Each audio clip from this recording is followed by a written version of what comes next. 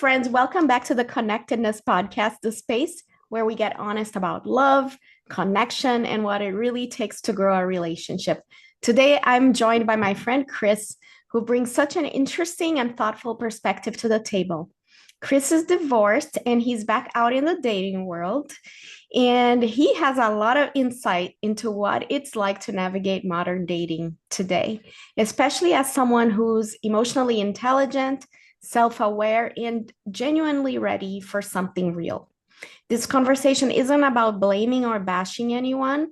It's about exploring what's actually happening in the dating scene right now, why it feels so complicated, and what we can learn from it. We'll talk about what it means to do the work, quote unquote, when it comes to personal growth and how that shows up in relationships and what both men and women might need to understand about each other a little better. So grab your coffee or tea and take us on your walk. This one's going to be really honest, grounded look at dating, growth, and connection. Welcome, Chris. Thank you so much for joining me. I guess before I ask you to introduce yourself and how we know each other, we used to be colleagues. Chris, tell us a little bit about your story and, whatever you feel comfortable sharing and what it's been like re-entering the dating world after divorce. Yeah. So first of all, thanks. Always great catching up with you. So this is going to be a fun time. So, yeah. Almost 26 years of marriage and got divorced about a year and a half ago.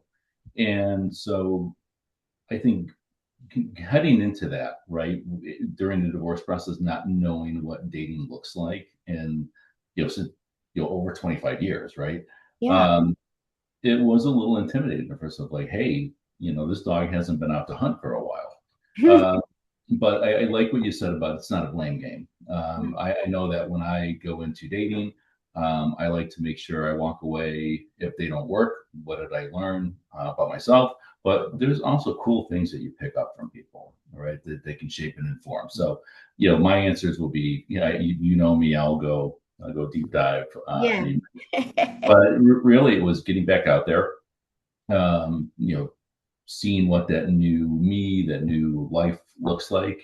And we can talk more about what that is. And some of it, yes, is a little bit of a horror show. But some of it, it's really just about people who all really want the same thing. You ask anyone, what do you want? I want my person. We all want our person. It's how we get there and how we show up. That's the key difference to why people cannot find their person. Yeah. I mean, I talked to you, but I've also talked to a lot of other daters and singles that have come to my events, and it seems like it's kind of a jungle out there right now, and it's difficult, and there's so many things going against people connecting, really. Like, and one of the things is the online piece, like social media, and everyone's so isolated and all of that. But and I know you said 26 years in a marriage without being in the dating world, and now you're in the dating world. What was the thing that surprised you the most when you started dating again? I guess really looking back, you can go a little bit quicker. And what I mean is, in the younger years, it was almost a kid's game of this back and forth and dancing around each other. And you could just be more open of, hey, we'd like to do X and Y. Here you go. You can have conversation. And if things don't work out, they don't work out. You move along. That was refreshing and it was surprising, quite frankly. Yeah, that's nice. That's nice. So it wasn't as indirect as in the past when you were younger. Right. Has your approach to dating changed now since? Yeah, I mean, back then there were no dating apps. Yeah. That's one, and also I think as we grow and as people, the younger me probably would have been more intimidated to go up and make a move or to talk to someone. The me now, me, I have no problem going up and talking to any person about any topic. It doesn't matter if I want to date you or not. So that is very helpful. So I think that's a large part of it. It's just saying how are you stepping into that with some confidence, and also taking it where if there's a rejection, it's not a rejection of me. It's just it didn't work out, and it's just a rejection. You move on. Yeah, like dealing with rejection is something that comes up a lot whenever I'm reading or studying about dating or talking to people, or even when Frank and I, my husband Frank, when we're talking about dating these days, it seems like the rejection piece is something that some folks have. I don't know if it's a generational thing or if it's a result of doing emotional work on yourself, but it seems like a lot of folks are just not comfortable with rejection. So then they just don't put themselves out there at all. Right. It becomes like a vicious cycle. But I'm glad to hear that for you, at least, you're okay, you're comfortable, you don't take it personally, and you just move on. You know what I mean? Right. I mean, and there's always those relationships that you get into and you care about someone, and when they end, they still hurt, right?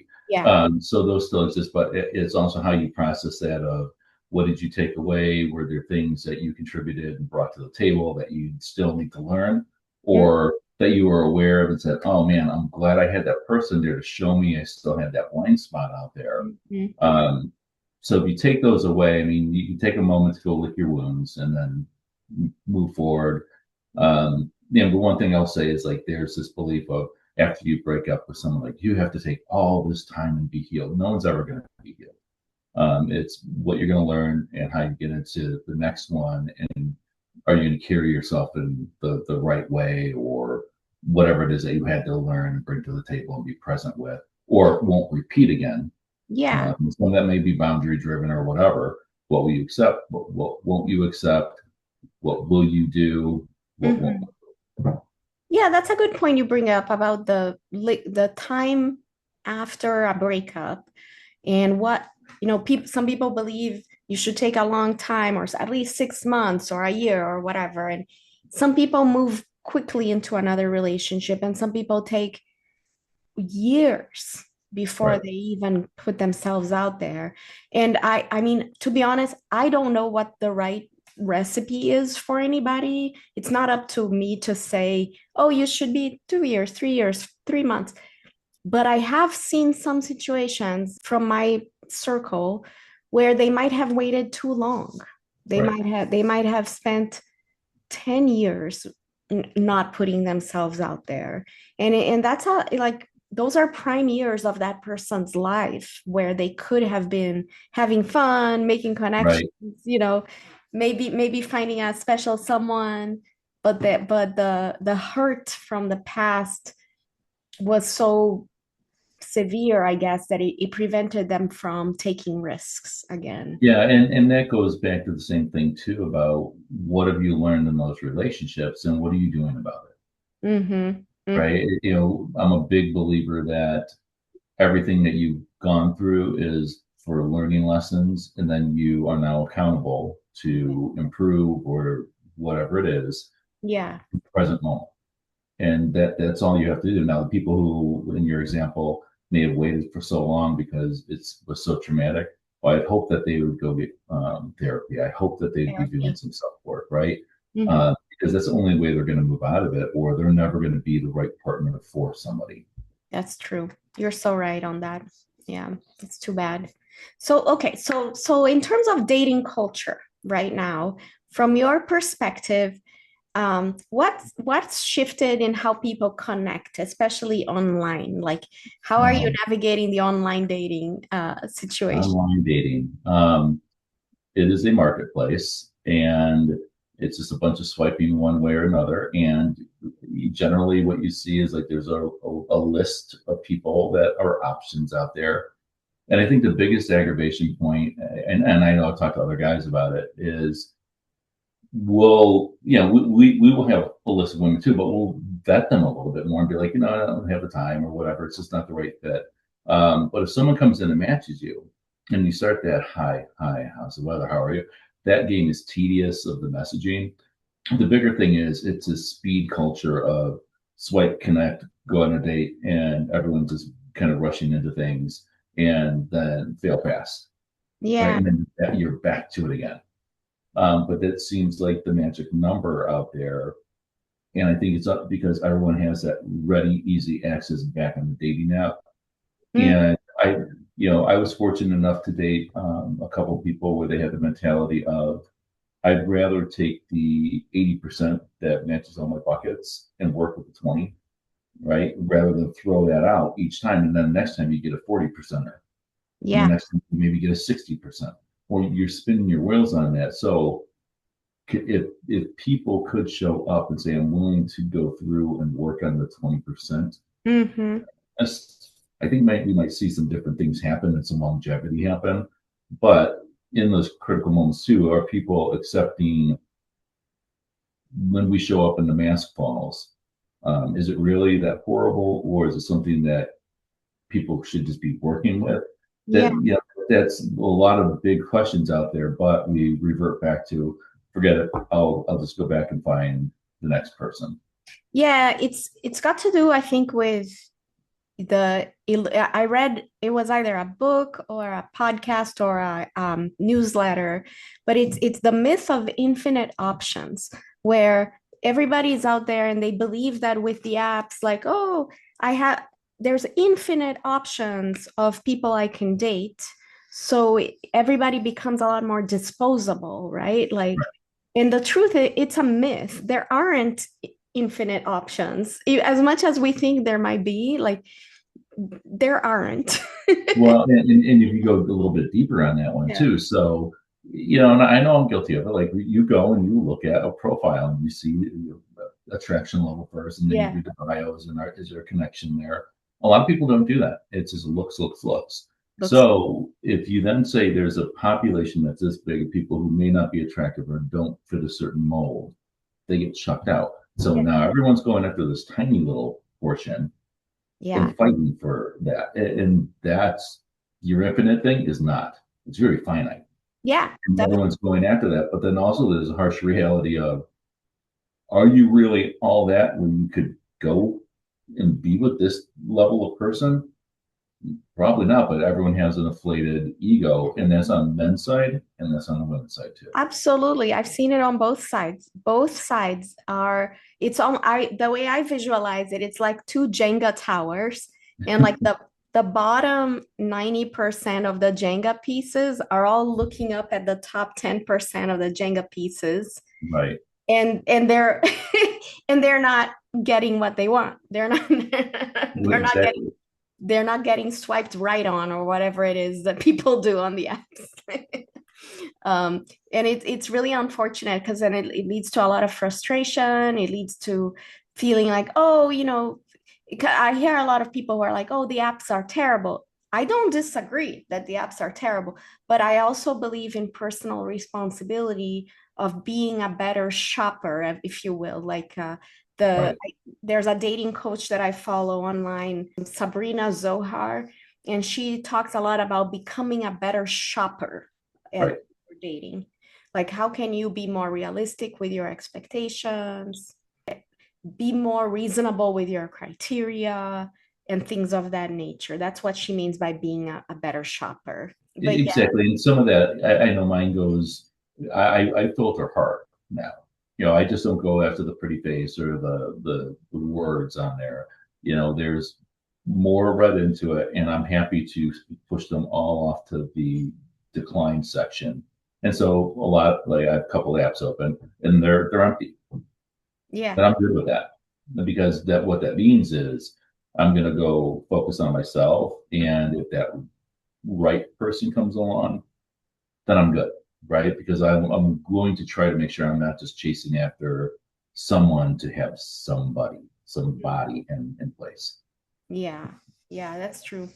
So, do you feel like people are more guarded, distracted, or maybe they don't know what they want? Like, what do you think? Ooh, it's a mix of everything. So there's a combination of wanting to jump everything into everything and just be really surface level and have fun, but at the same time they're saying, hey, I have an intention to build something long term. Those will go counter to each other. Like if you just want to have fun, that's one thing, but for how long? But there is a point where you have to have conversation, and that's a piece that blows up. And I think there's a lot about facing your own fears or what baggage you may be bringing from a past relationship. There's been a lot of my ex did this, my ex did that, and comparing. Well, you have to step back and say what. And I often ask people I date, hey, what did you take away from that? What'd you learn? And I've heard people say, oh, not to date people like that. And that's not a right answer, right? I'm sorry. What I love to hear is, hey, well, what I realized is I picked these people because I was, not confident in myself and this and that. And here's what I did about that. That is a more evolved and healed person. And I'm going to gravitate to that person and say, amen, let's go. Because I know I'm going to deliver that back to them when they ask the same question. Yeah. But so it's not superficial. You have to get to those levels. So the other piece is people will have their guard up significantly. And then there's some game playing of will you chase? And I know I've had this discussion with some women saying, let me be clear, I won't chase, I will pursue. I will pursue you. But if you're here and I'm pursuing you, you start running away because you're afraid or avoidant or whatever it is. I'm not going to chase you anymore because now this is a game. Yeah. Right. So I'm going to have to because this is where we have to have a deeper conversation of what are you either bringing to the table? What are you wanting and desiring, and what levels of respect and appreciation do you want? And I have mine, and you gotta make sure that those sync. And if they don't, then they're never going to match, and you need to run away and end it in a nice way. You mentioned that avoidant attachment style. For those who don't know what that is, would you mind talking a little bit about that? Not feeling their own worth, being scarred so heavily from other things that they're afraid to open up, and they'd rather just self-sabotage and ruin things because they have a fear of commitment or getting close. So would you consider yourself securely attached now, or would you consider? Yeah, so I'm generally securely attached. I mean, sometimes I do have a slight anxious lane. I will admit that, and that's I think most people would to some degree. But that's also something I'm working on as well. But yeah, definitely secure, and that's what's also different in dating versus younger days. Okay, I'm willing to let people go and walk away, or we're willing to be patient and calm and have the right discussions and find out what are your needs. What are you looking for? What are your needs? And now it's up to me to deliver those with consistency. I know for me, I have some basic things, and I think if anyone that I dated would be listening to be like, here he goes again. Appreciation, respect, trust, and words and actions aligning with consistency. Those are my bare core minimums. And if those don't show up, then I'm going to leave. Then, I mean, I used to be definitely anxious. And even like when I entered the dating world after divorce, anxious. And grew, and got myself out of that one. And yes, you can do it. And so I love the idea, and what I try to do with anyone I date too is like, I will give you a container. Go just here, we'll walk right into it. You have that safety, and it's up to them now to show up, right? And so while I'm giving that, I expect in return, like, are you showing up with that consistency back to me? Because if you do that, it can be a beautiful thing. Yeah. Right? And it still may not work out for other reasons, but at least you have to have the foundations there to have trust being built, trust and safety. Yeah, that's great. That's wonderful. So for you are, I believe you are an emotionally aware guy, and you've shared with me that you are emotionally aware. Like, do you think dating is harder for people who are emotionally aware? Or like, how is it hard to find others who are emotionally aware too? I have struggled with that one. So I have one friend who gets on me all the time of, Chris, why do you have to be just either so intense or serious, or when you talk about these boundaries? Because they matter, right? Because I've done the hard layers of work, and I want to make sure that if I'm dialed up to a high level, I want someone to meet me there, right? And it's not to be like I have such high standards and someone has to meet them. No, we talk about bare basic minimums, right? Those are easy. But why those matter is because if you have that, you can have healthy discussion, you can have fun, and then you start getting into the connectedness piece, right? So mental, emotional, and then physical connectedness. Mm-hmm. Once you have that openness there, you start seeing a different layer and dynamic with how someone can emotionally open up to you and feel safe in that exchange. And then physically, when you're intimate with them, um, yeah, I'll share, like, sometimes you're with them for the first time. You're in your head. I mean, as the guy, you're in your head. But when you have that emotional, physical safety component built in, now all of those are off, and you have a wonderful kind of experience, and you get to know your person, and you can start growing with them as well if it were to work. To me, that so I won't change that, and I won't just go and say I'm dating just for the sake of fun. I'm just dating to, go have sex or have dinner or whatever. I don't need that. Yeah. There's more than enough things I can go do in my life, hobbies and other interests. Mm-hmm. I do want to find a person, so it is hard to find someone who meets you at that level. And I think I've found some, but they're already taken. So, there's that sucks. So, okay. So thank you for that. It was a really, really great answer. And also, like, ladies, if you're listening, but anyway, the on the next question, what do you wish women understood about men who are genuinely trying to connect? This one's going to be a little blunt. We're not all your exes. Yeah. We're not your ex. Most, just like the women, all of you are trying to show up in what you feel is your best way, your best self. So are the men. And some of the two men will struggle with being emotional because at some point somebody has weaponized it against them. So don't expect it to come right at the table. You have to create that container, like I talked about, for them. But the other thing is, they're just trying to find their person, just like you. They may not know the best ways, or they're not mind readers either. Be a little bit more open. We don't like guessing games. If you're hurt or annoyed, state it in a kind way. I know, Fernando, we used to have the feeling, behavior, impact thing, right? So, hey, when you did this, I felt like that, and here's what it is. Those are great approaches and a healthy way to bring it up to someone too, and that can be just in casual dating. But we're not mind readers. We're trying our best, and that's not letting men off the hook. There's still a lot of bad ones out there. I mean, there are. I'm not going to let them off the hook. Yeah. But that's up for the rest of us men to go help bring these guys into the fold too. Right. And on the flip side, what have you learned that men could do better? I know you were just kind of leading up to that too. What have you learned that men could do better? The first one is listen.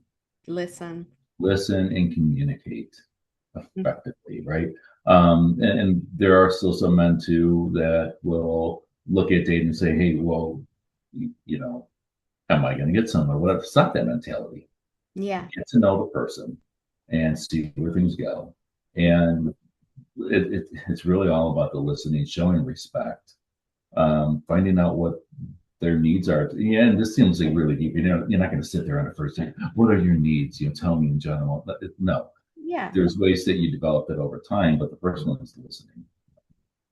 We can do a lot better. And showing up as men. I was actually very surprised in the dating world to come into it and see and experience that majority of women, they do want a strong male to show up, to lead, to set the direction. They're taxed in the brain enough with going through raising, like a lot of them are single moms, and they've got a lot on their plate. Pick the dinner for her. Who cares if she doesn't like it, but pick the dinner, like, show that leadership, and you'll understand if she doesn't like it, and if you're listening, do it again. But open the car door. It might seem a little bit cheesy, but a lot of them have definitely like that. There's values of being in that protective state without being arrogant, without being controlling or bossy, but showing up as a positive male and leading from the front there with them. So that you can kind of ease some of their burdens, especially in that emotional, mental way. And again, like, that brings about feeling a little bit more trustworthy towards that man, to say, I think he's someone that's strong and I could see, and he's not trying to disrespect me.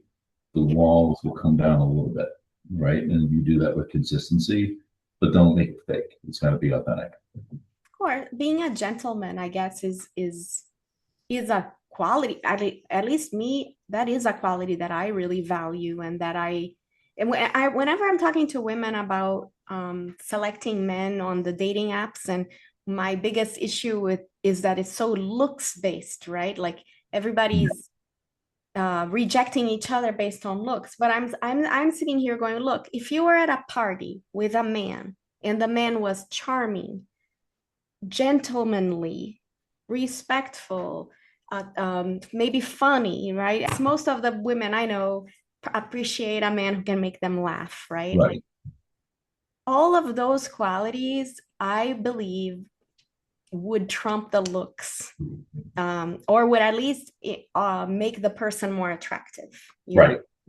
So and those qualities, you can't really see them on the app when you're like just swiping, you know what I mean? But yeah. Yeah, and that's a problem about the online dating culture versus going out in the wild, right? Mhm. In the wild, you also get that feeling of the energy, and I do actually miss that, and Yeah. that's a key difference. And you could walk up to someone right away, you could feel the vibe or not, and Yeah. there's no going away. But you can strike up that conversation. You can see in the environment what's going on, and it's just a more natural, organic way to do it. But that becomes the hard part of where do you find people on the wild, because we're all busy, we're all doing things, and Yeah. so it makes it extremely difficult. It's a tough one to balance because I think before the internet and online dating and social media, I think we were all out at parties more. I don't know if you remember, like when I was in college, uh, I was at parties all the time. That's how I met people, you Right. know.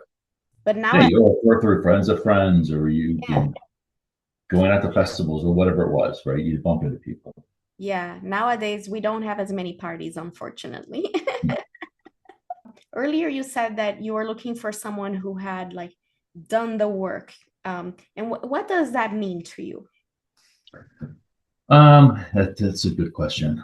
So to me, kind of goes back to when you're first even interacting with the person.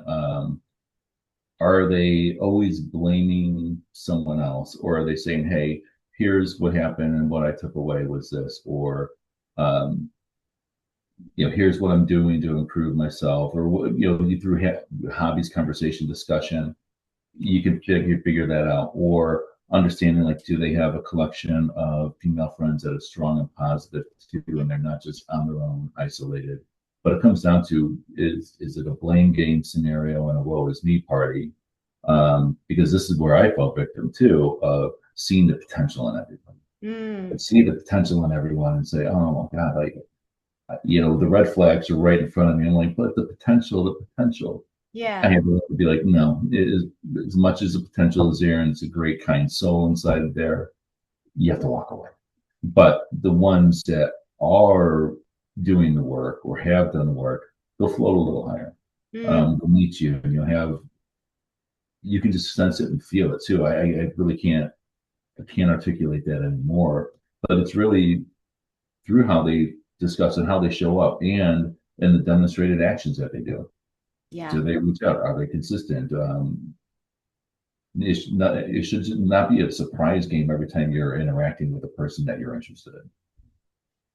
Yeah, I mean, and so I'll just share from my perspective. Like, I feel like I've been doing the work on myself, and one of the biggest things for me is compassion, like Mhm. self-compassion. But once you become self-compassionate, you can't help but not be compassionate about other people, right? Right. It's like if you learn to love yourself, to be compassionate with yourself, you're not going to be critical of somebody else. You're going to be compassionate to that person too. Right. And it's not just compassion, there's a lot of other dynamics that happen when somebody is doing this psychological healing work. But that's just an example. Like if somebody struggled in the past with self-criticism and criticism of others, and they've learned how to have self-compassion, they're not going to be critical of Right. you. And you can usually tell when when you're in the beginning of a relationship with somebody, how they treat other people, how they talk about themselves, how they talk to you. Also, a big one for me is how they talk to the wait staff. Like, Well, yeah, exactly. I mean, those are all key. And yeah. I guess one example too, going back to mine, was somewhere along the line when I got into the dating world again. I was not accustomed to, if you had a blow up, an argument. Well, I'd be like, well, that's the end, right? Um, this person came back around. I was like, no, but this is where a conversation happens, and it was calm, peaceful, and I was like, love it, right? And haven't been a lot of that. You see more people like, well, there's conflict now, and I'm done, and I'm just going to go back to the roster of other people. But the healthier ones will actually stay and say, let's talk about that more. Or did we see things differently, or is it a communication style difference? But that was compassion in there. And so also walking into it, I will say a more evolved person will reserve judgment of people. They won't be so quick to criticize or make assumptions. They have a more of a curious mind. Yeah. And I love someone that has a curious mind to say, hey, let's see, tell me more, because there may be things that you dig deep with, and be like, that's an interest too. But all of us too, like I'm with you, like have a sense of humor about life in general and just have fun. It goes a long way. Yeah, totally. And on the conflict piece, I have a friend he's actually looking also for a potential partner. And one of his biggest, I don't know if it's a criteria or a wish for his future partner, is someone who can talk through conflict in a respectful way. Right. And he said that's because he grew up with a model of what not to do in that situation. And he doesn't want that for himself. What kind of self-awareness or growth practices have changed how you show up in dating? All right. So I went on a little what I call woo-woo path a few years ago. And so I got into energy healing, so Reiki, guided meditation, became certified in those, and then life coaching. And so what I found valuable about those were you can help unblock people from whatever they've got pent up inside of them. And so if you look at interaction with people, there's an understanding like, hey, we have like this internal stuff going on, whether it's energy, whether it's in our head. The life coaching comes in from a different perspective of helping to see things from a different angle. So I've just been able to apply those more from stepping out of my own self or my own closed, network, I guess, and understanding things are beyond our control. And I have things that are in my control, and I'm responsible and accountable to that. And so I also have done a lot of work around, more masculinity, like if you're familiar with divine masculinity. And so that's how you show up as a better man. And so I mean, that it means like we all have a feminine, masculine side of us, right? Yeah. So that's helped me just approach people with the empathy. It's to understand and see things from different angles about their life or what people have gone through. And then also generally trying to be more positive about the situation that they have. So rather than, woe is me, here you go, well, have you considered, going up that way? So that's helped me from going down into a spiral with things and approaching and coming out with a better energy, a better feel, being stronger in who I am and my beliefs. And a lot of that also came back to, are you honoring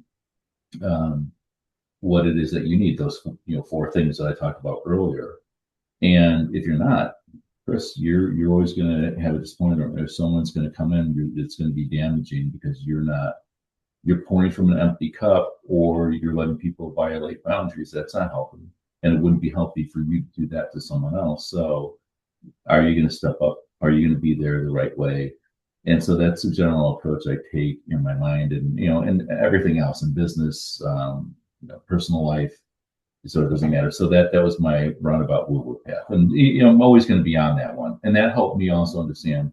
Well, why did I pick people that I did in the past, like way in the past. Well, you go back and you look and you understand why those behaviors were there. And you said, okay, you forgive them, let them go. You understand them. So when you're feeling triggered about it, put it on the shelf, go away. You know what you need to do.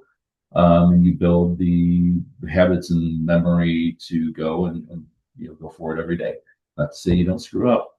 Right? We're all fallible people, but also being open to say I am open to continuously learn and be challenged by people for growth. And I'll tell people when I do it too, hey, I've done my work, but I don't know my blind spots. I Yeah. can't see them.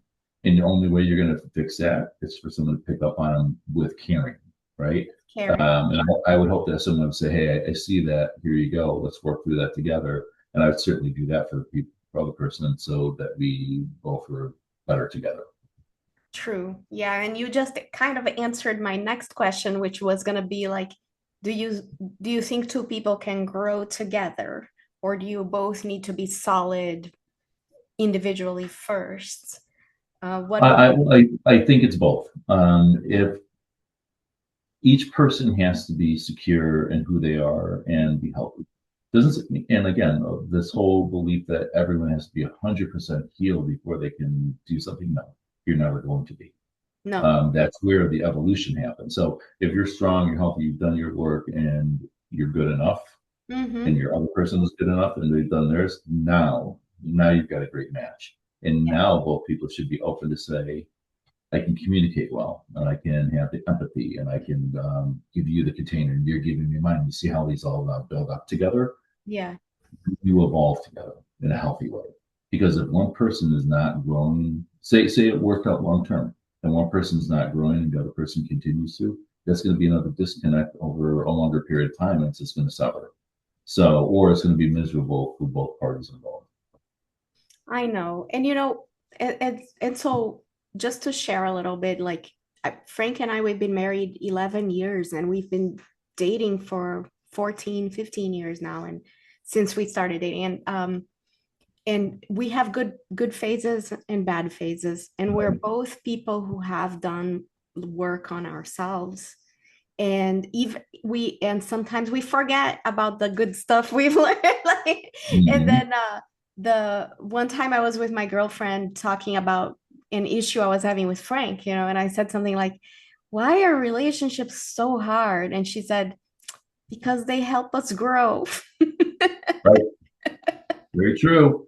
So it's like, even for folks who are out there, fantasizing about their happily ever after, like even the happily ever after has bumpy bumps on the road, and we help each other grow, like, because if we weren't together and weren't kind of like trying to negotiate these issues, we might not have grown as much. Does that make sense? So it's part of the challenge, I guess. Yeah, and I think in those moments, right, what I've liked, there's one person I dated, and we kind of joke around like, "Hey, I choose you.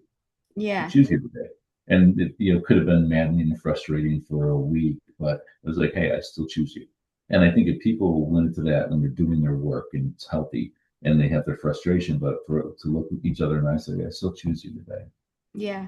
That's a great thing because you're saying to someone, I'm not forgetting all the good stuff. We're Mm. challenged in this moment, but thank you for the reminder. I think that would be a healthy thing to do.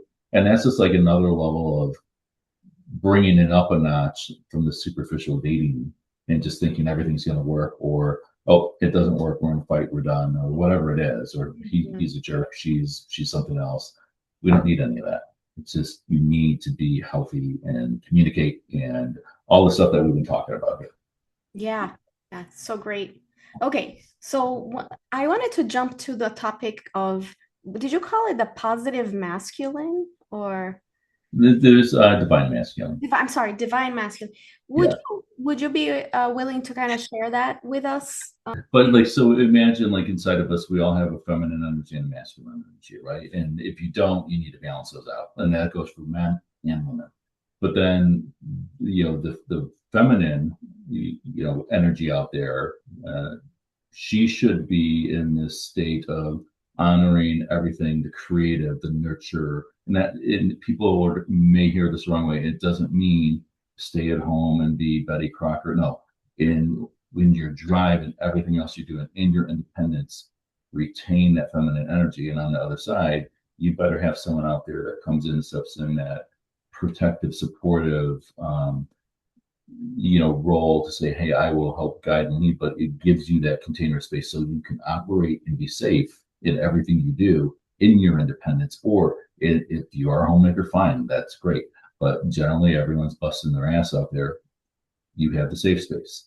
Yeah. So it's how do you model that and show up? And part of that work also is understanding, how am I going to be my best self today? But again, like, want to make it super clear that is not putting anyone in a stereotypical role. It's about the energetic thing of it.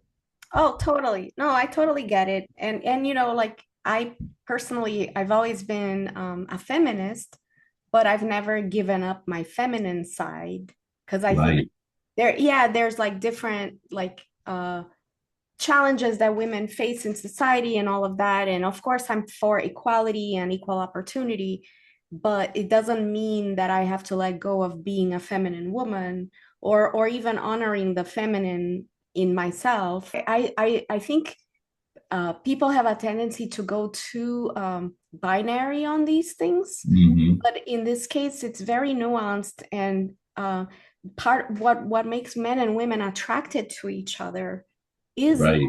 masculine and feminine energy, Yeah, right? and I'll go a step further. There have been so many people I met or dated who have said, I'm so sick and tired of being the man and the woman in my household and in my outside life.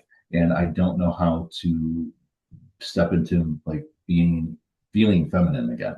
And that's not, and these people have like run their own businesses. They've like been really, really solid, right? And it's always interesting to hear that's the struggle because there's a split.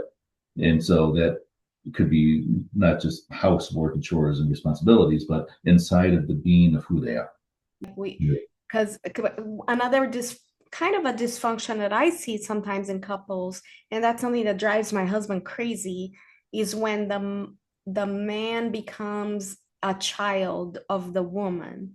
Yes. You know what I'm I've talking heard that so many times of, I don't want to have to raise this man child. about? Mm-hmm. And she should not. No, She should not have to. but that I'll just say that a lot of times this dynamic in established couples is also perpetuated by the woman. So like so I've seen this a lot. That's something that I'm really passionate about is like when you're in a couple, you're in a partnership and you're both supposed to help each other and take a fair share of the household work. It doesn't have to be 50-50, but a fair share. But what ends up happening in a lot of couples is the woman is afraid that the man is going to do it wrong. So she does Mhm. everything because of like a control freak type of situation. Right. And then she's unhappy and resentful because he's not doing anything. And then he's no longer attractive to her. Right. And yes, some of it is, in that example, her own doing, and some of it could be, getting on him to write it in, the dishwasher wasn't loaded properly, or how you didn't separate the darks and the lights, whatever. Teach and learn. Or if he didn't take the garbage out exactly in the moment you want to, but he got it out there, is that a hill you want to die on? Right. Like, so there's some things that could be brought to the table there, but it's surely a thing of, if guys are sitting around and not showing up for their partner, they're not appreciating and respecting that woman. And so why would she not want to show up as a feminine to him? And now you have this imbalance of him saying, I never want to show up to be the man for you. And it's thoroughly broken. Okay, so we're getting to the end of the questions here. And I think one of the next questions you had already answered, which was advice for men, like earlier when you were talking to things that men could do better in dating. What about women? If you could offer one piece of advice to women dating right now, like, what would it be? Oof, I want to get canceled. No, no, honestly, take the initiative. Don't wait for the guy.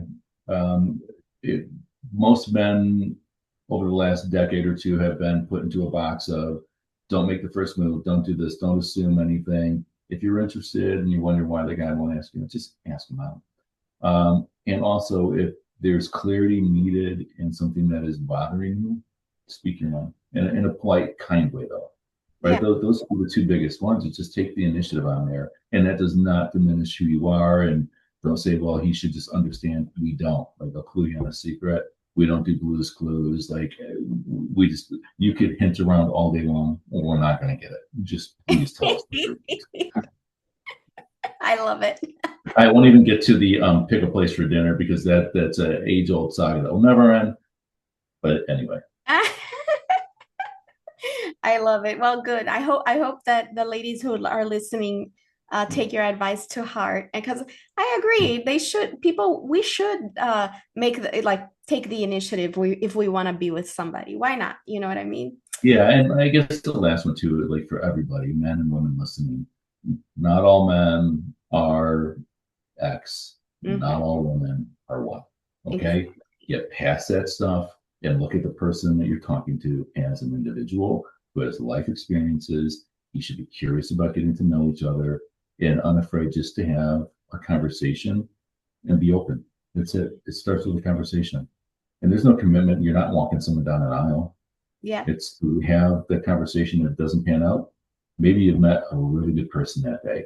Maybe you took away something. Maybe you got a little feel for thought of, doing a different practice or digging into some research. Whatever it is, take away the good things about what you're interacting with. Yeah, that's good advice. Thank you. Okay, so the last piece here is a reflection. Like, what gives you hope about love and connection right now? What gives hope? I believe that my person is out there, right? And there's that hope in that, but also the people that I meet along the way, they've been great. They've Yeah. been kind.